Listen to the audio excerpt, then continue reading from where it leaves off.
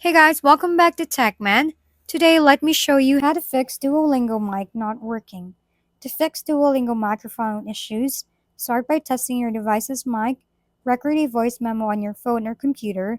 If it doesn't work, the problem is with your device, not Duolingo. Next, check app permissions, go to your device's settings, find Duolingo in the apps list, and ensure the microphone permission is enabled. On iPhone, it's similar. Open Settings, locate Duolingo, and toggle microphone access on. Then check the speaking exercises in Duolingo itself by opening your profile, going to Settings, and making sure the speaking exercise option is enabled. You can try toggling it off and on to reset it.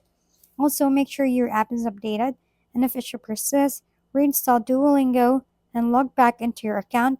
Finally, ensure your environment is quiet so your voice is clearly picked up. Following this step should resolve most microphone issues in Duolingo. If we've been helpful, kindly give us a thumbs up and don't forget to hit the subscribe and bell button for more contents. For any questions and suggestions, comment down below.